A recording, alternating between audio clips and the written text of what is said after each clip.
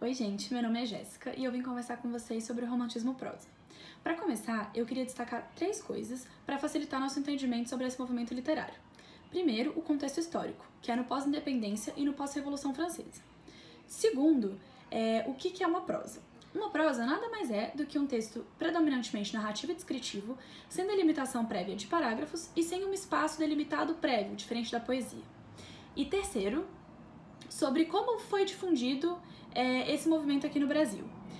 Aqui nos jornais a gente tinha uma coisa chamada folhetins. Os folhetins, eles eram fragmentos das histórias desses romances, nos quais você comprava o seu jornal e vinha uma parte dessa história até certo ponto, e no dia seguinte vinha a continuação.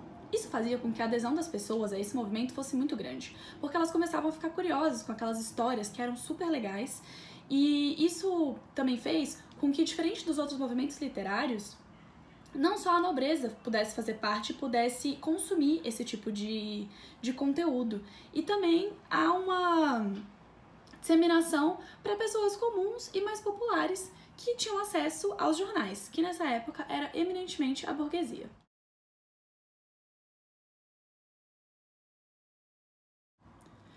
Agora a gente vai falar das características do movimento. Relembrando que esse movimento ele surge após a ascensão da burguesia, então ele vai tentar disseminar os valores burgueses por meio dos livros e de todos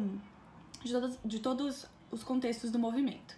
E basicamente esses valores vão se pautar em 3 pilares, que vai ser no casamento, na nação e na religião.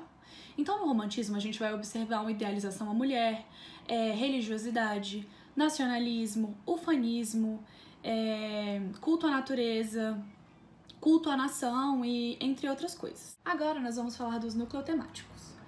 Diferente do romantismo poesia, a gente não tem gerações no romantismo prosa, e sim núcleos temáticos. Aqui no Brasil a gente vai ter 4. O primeiro vai ser o romance regionalista, que vai tratar das peculiaridades de cada região nos textos e nos livros nos quais ele retrata.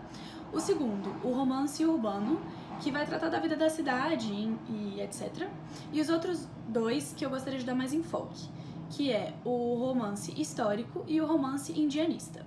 Esses 2, relembrando que a gente está num cenário de pós-independência. Então esses 2 últimos, eles vão tentar criar uma identidade nacional para o Brasil, sendo com a construção do índio como um herói nacional e de diversas formas no qual a gente consegue criar esse imagético para a população. Sobre os autores, eu gostaria de destacar o José de Alencar. Ele foi o mais expressivo e ele escreve sobre a tríade indianista e a tríade urbanista. Dentre muitos autores que existem, esse é o mais expressivo e vai ser o que mais vai aparecer nas provas de vocês.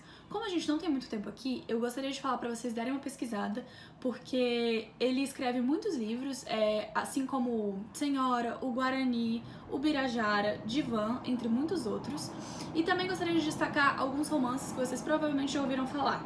A Moreninha, Memória de um Sargento de Milícias, Escrava Isaura e entre muitos outros que a gente tem no romantismo prosa. Então, sobre esse assunto vai ser isso. Espero muito ter ajudado vocês e até a próxima!